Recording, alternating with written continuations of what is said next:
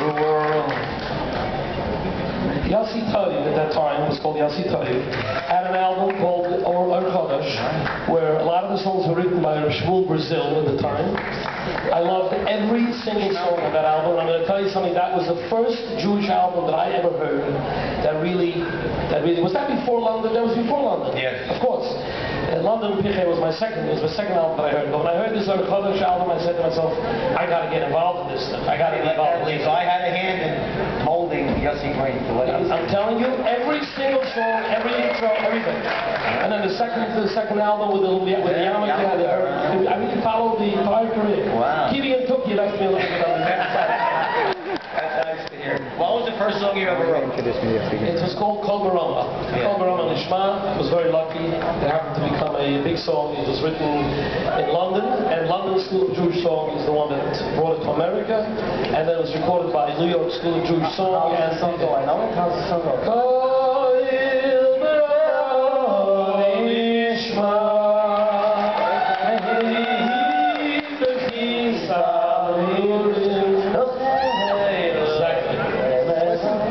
If you'd have been around then, I would have gotten the shots. I would have gotten there much quicker. As you listen to that song today, does that hold up in your opinion, or you say, I never had a song like that today? It definitely held up. It held up? Yes. Wow. It was a real lucky break. It was a gift. There's no question about it. Do you ever write a song and say the song is not good, forget about it? Absolutely, all the time, but it's not a song. I don't finish it. I just, it's like when you write on a piece of paper and it doesn't come out right, you just crumple it up and throw it in the garbage. Now, let's say you write a song, you have somebody in mind, this is for Lipa, this is from MVD, this is for free. I never ever write a song for have it in mind for Lipa, unless Lipa is sitting there. Yeah. I will only write a song when I'm writing it specifically for somebody at the time. I don't have any inventory that I say, okay, this one will be good for him, this one will be good for Free, this one for Little Fisher, this one for Billy Joel. He writes his own stuff. Do you start doing a pasuk and you write music to it, or you just write a big and then you look for a pasuk afterwards? How does that work? It depends. There's Mizmor Shir and Shir Mizmor. Yeah. So sometimes Mizmor, the one of the Rishonim says that the reason why it says in Tehillim Mizmor Shir and Shir Mizmor is because David HaMelech sometimes was inspired. He had a melody first, that's called Mizmor Shir. The Shir is lyrics and Mizmor is melody. Sometimes you have Shir Mizmor, you have the lyric first and then you have the melody. What do you prefer? Well, the truth is that at the beginning when I started out, it was, anybody care about this stuff? I do.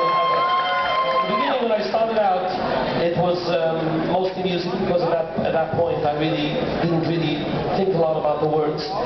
But and then it was very difficult because then you had to find words that would fit. But later on, and now it's all words. If I get unlucky and I write a melody that's a good melody, and then I gotta go find lyrics, I'm in big trouble. There's Gershi Moskowitz is a guy out there, he helps me out a little bit to find lyrics to the song. Lipa is definitely available for that kind of help if I need. Let's bring it back to Lipa. Well, what's it like working with Lipa? How'd you meet Lipa? I gotta tell you something, the entire night I'm sitting over there and I'm saying to myself, you know something? If Yossi is going to ask me the question how I met Lipa, I'm going to be in big trouble. I don't remember Lipa. You tell me. I don't remember. You also don't remember? I think we've been around. We were just there. We just knew each other. We were right. Gelt goes to Gelt. I think the first song was Gelt, right? Yeah. So like what? How did we get to this Gelt? How did you and I get together? Lipa, you asked me for a song. He wanted to make Gelt, and I wanted to make Gelt. No, I know. Okay, I think you know. Oh, here it goes. Just remember. I met you before a few times, but as far as singing and making songs, I made a song of Geld. Hoe de braaf staat is waar, altijd in dezelfde zaal. Weer een stad van denk je, die zit in de bloed. Is hier mijn lijf Geld. And then I met you. Come on, I'll give you a song and the lyrics. You're gonna give me this up. And he said, yeah, hoe de braaf.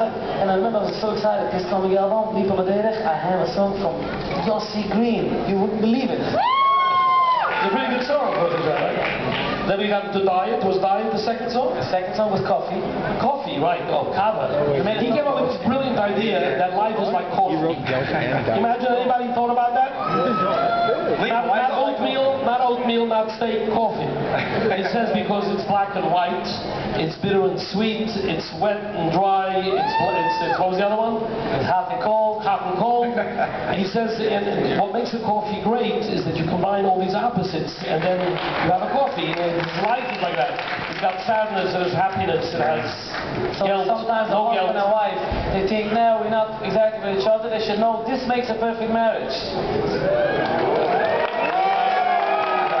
And since then, everybody's been happily married. Yossi, what are you working on now? May I ask? There's a lot of things coming out. There's Shades of Green Volume 2, which we're working on right now. How many It's shades not called Volume 2 because nobody buys Volume 2. I don't know if you bought a Volume 2 of anything? Lipa. No, I never made Volume 2. It's called Shades of Green Hipsh. That's the name of the album. Hipsh. H-I-P-S-H. What does that say?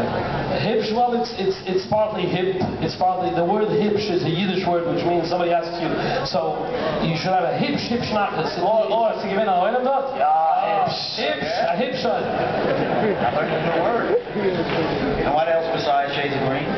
Well, there's a book called G-Notes, which is a book that I'm writing about the music that has sustained me these last 20 years and so on. Believe it or not, there's a whole bunch of projects that we're doing. And we have a song here tonight I hope that people are going to like, which the two of us have been rumbling around about every time we met each other, because we had similar experiences growing up. It's about 5 years old that he really the idea, but I never had the guts to put it on there. Yeah, he didn't have the guts. His song is almost 5 years old. And he kept saying, no, nach nicht. Compared to what you heard here tonight, this song is pretty mild, by the way. Right? That's just Does every song have its day, you think, Yossi?